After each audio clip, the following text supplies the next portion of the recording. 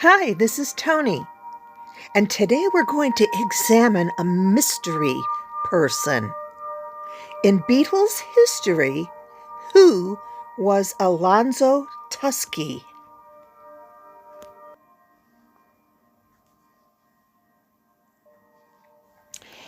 The Sunday, 9th of February, 1964 edition of the New York Times featured an article entitled, "The Beatles Prepare for Their Debut." It was full of colorful details of the boys' first visit to America. The police were containing ecstatic American fans. There was traffic, and all around the Plaza Hotel there were girls screaming, and at the Ed Sullivan Theater there were girls screaming, and all across the Big Apple parents were stunned. There was mania in the streets, the article claimed, and inexplicable joy. But then tucked away in paragraph 3 were two sentences that proclaimed there were dissenters. A tall youth waved a placard or a sign that read, "Alonzo Tusky hates the Beatles." What? Oh, yes. He made it into the New York Times.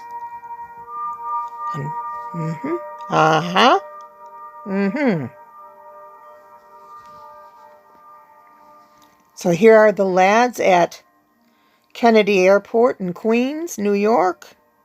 Somewhere in there was Alonzo Tusky. And here's the Ed Sullivan Theater. And somewhere out there one day was Alonzo Tusky. Who is Alonzo Tusky? We're going to keep looking at this.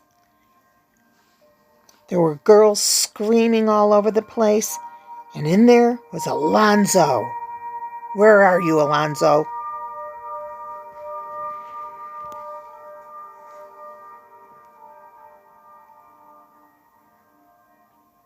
But that's not the end of the Alonzo story.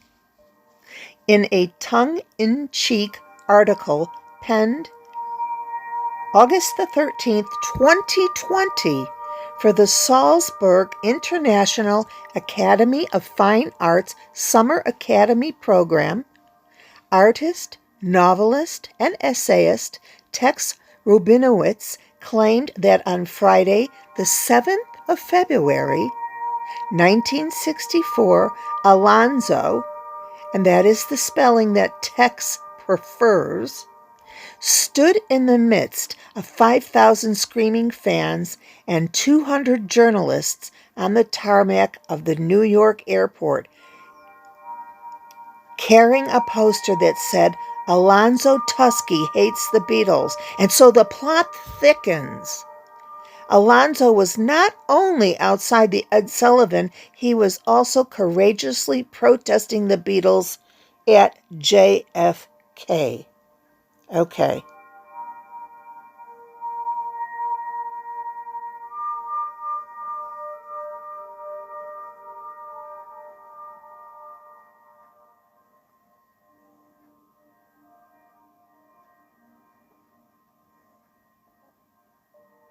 Rubinowitz wrote, rather knowingly, "Alonzo is proof that bravery makes you lonely."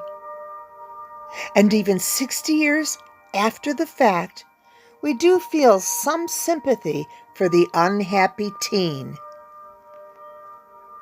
But don't weep for Alonzo just yet, because Tusky has emerged from his brave but lonely vigil as a bit of a legend, a bold nonconformist. Indeed, Rubinowitz's Summer Academy article also claims a sighting of Tusky in Obertauern, Austria, during the spring of 1965, where the lad was apparently still staunchly protesting the Beatles as they filmed their second United Artists movie, Help. Somewhere along history's road, Tuske, it seems, achieved tall tale status. I don't know why I think this is so funny. So now we're in Austria where they were filming for Help. Remember that scene? That part of the movie when they were in Austria on the skis and everything? Somewhere out there, and the Beatles were there for 7 days in Austria. They were there for 7 days.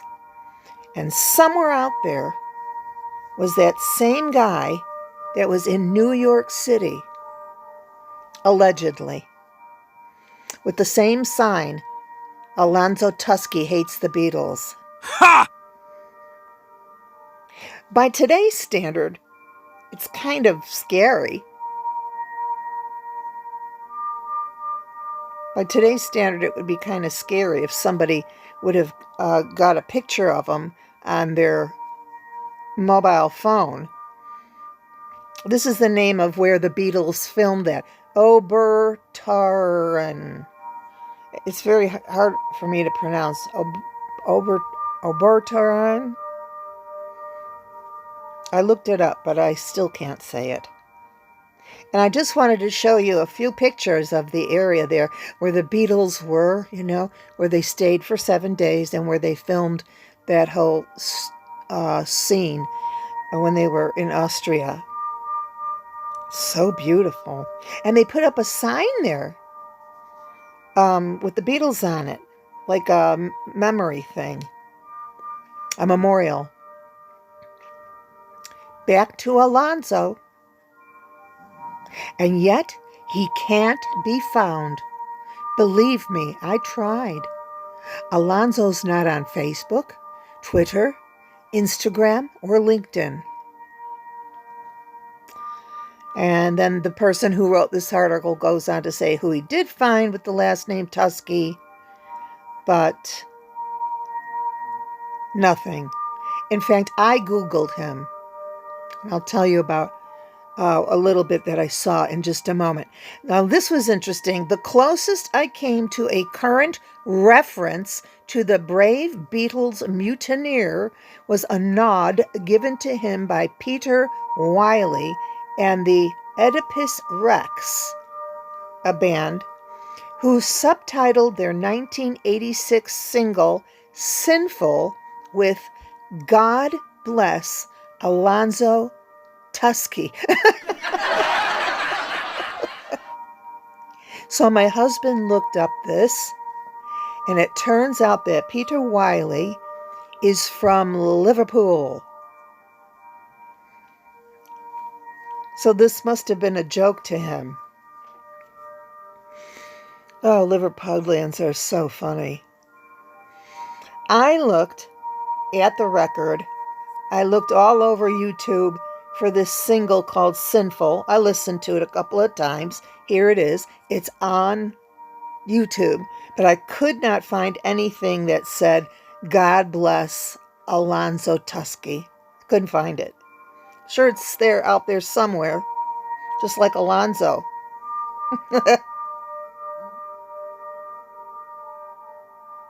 I wonder if Alonzo, in February 1964, still had a firm grasp on the music of the 1950s and the early 1960s.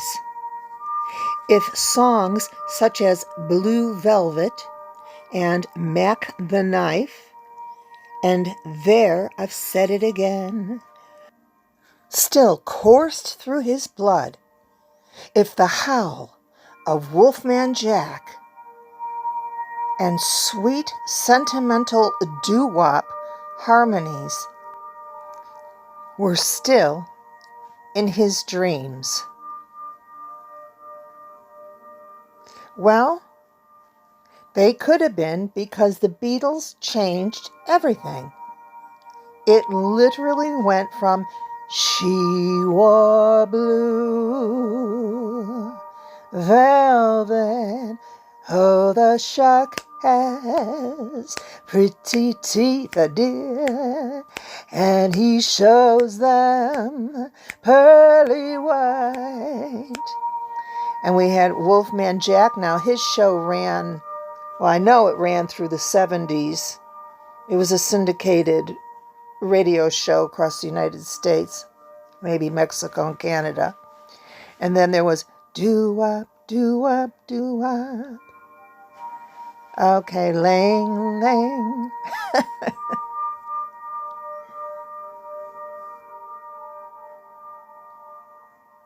This writer goes on to say, perhaps Tuske in 1964 was a staunch nationalist whose pride in American artists such as the Beach Boys, the Temptations, the Four Tops, and Elvis precluded a hands across the water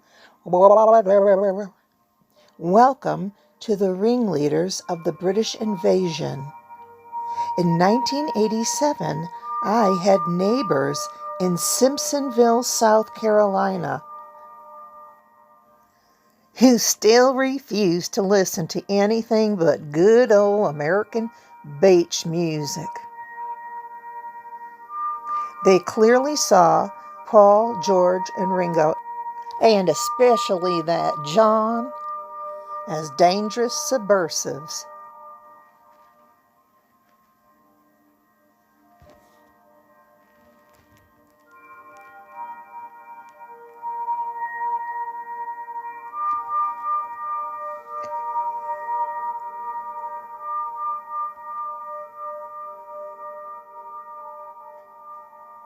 This is the writer's opinion on Alonzo Tusy.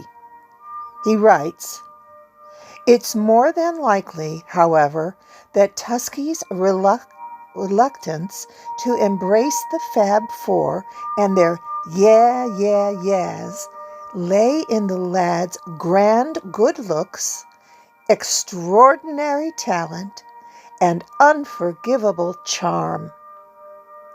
Every French detective knows that in the heart of a mystery lies the phrase, cherchez la femme, find the woman.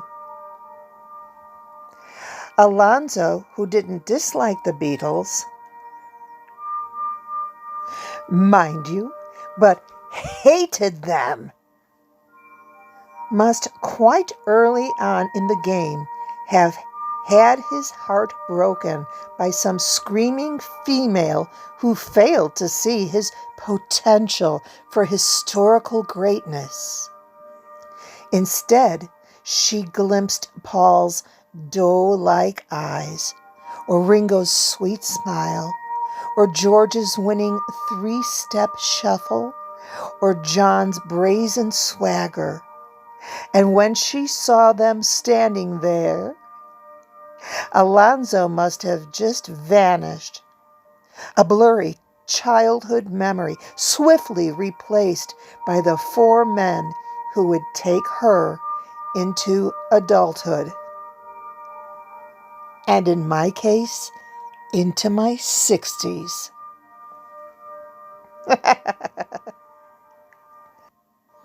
No worries, Alonzi baby.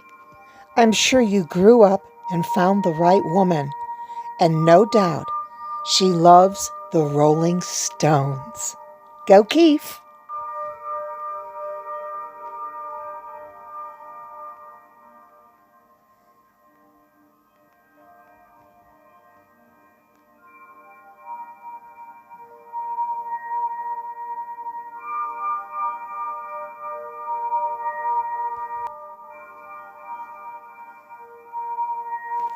If you like this video, please put a thumbs up and subscribe. Thanks.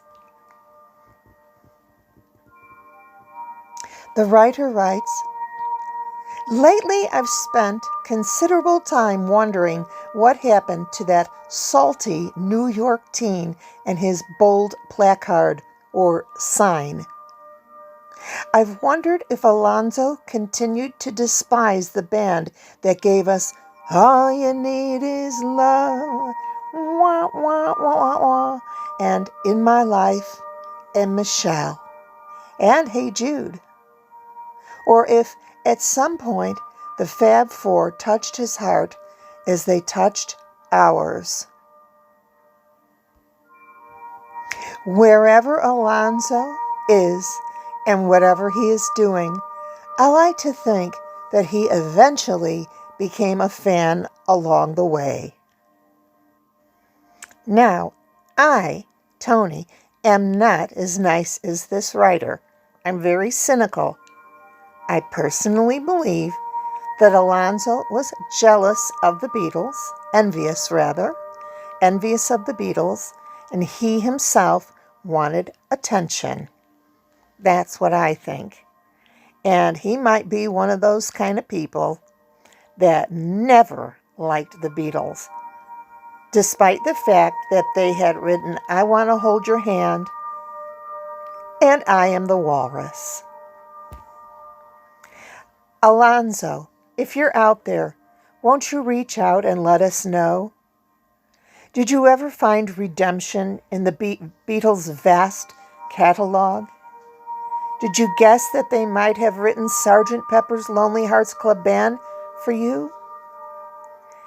Have you sneakily seen Sir Paul or Sir Richard in concert? Were you one of the Hare Krishna faithful at John and Yoko's bed-in for peace? Did an instrumental version of Something grace your wedding reception?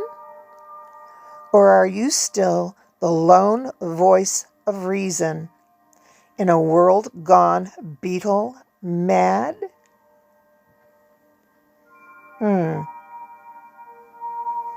Alonzo Tusy. There you go. Now, as for this Pete Wylie, W-Y-L-I-E, from Liverpool, reach out and comment below. We'd like to know what you know about Alonzo. And then I looked this up on Google for you. It says the Beatles filmed their scenes for their 1965 movie Help in this Obertorn, Austria, a ski resort known for its guaranteed snow. The Beatles and the unique spherical panorama for the film Help. The Beatles came in 1965 and filmed winter and ski scenes in Obertorn, with some of the locals standing in as stunt doubles, since the Beatles were able to do a lot at that point, but skiing was definitely not one of those things. Imagine being a local and being in a Beatles movie. Cool.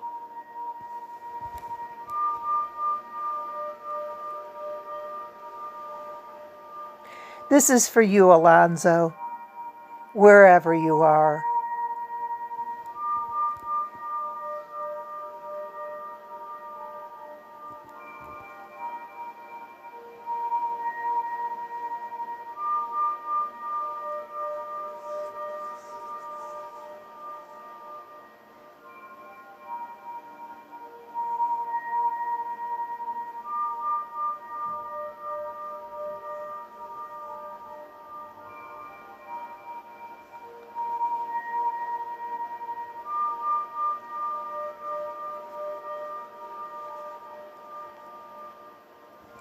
In my next video, we'll be doing part 10 from the book Love Me Do, which was John Lennon's favorite book about the Beatles, and it was the very first book about the Beatles. Again, if you like this video, please like and subscribe. I'm disabled and I'm trying to earn a little bit of money, maybe, not much, but a little. And plus we can create a great oldies rock music channel here and all be friends. All right? Thanks a lot. From Toni, near London, over and out.